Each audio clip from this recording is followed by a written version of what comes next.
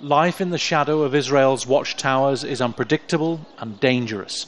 And that shadow can now loom up to 1.5 kilometers into Gaza, according to the UN. The farming communities that rely on this land come under live fire if the Israeli army thinks they're getting too close.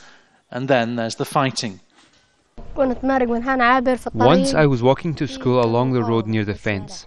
There were Palestinian resistance people there, and they were exchanging fire with the Israelis.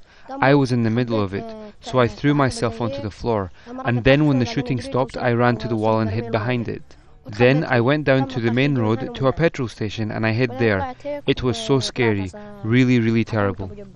That Israeli watchtower sees everything and anyone that moves around here, so the dangers are obvious.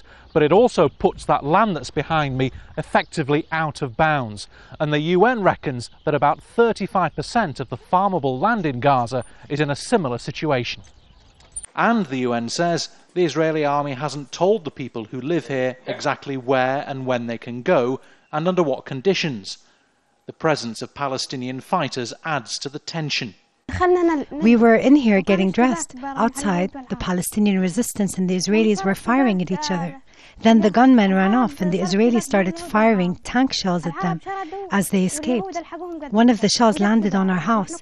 The ceiling and the bricks fell onto us and we were hit with shrapnel. There was so much dust. It was really scary. The dust was unbelievable.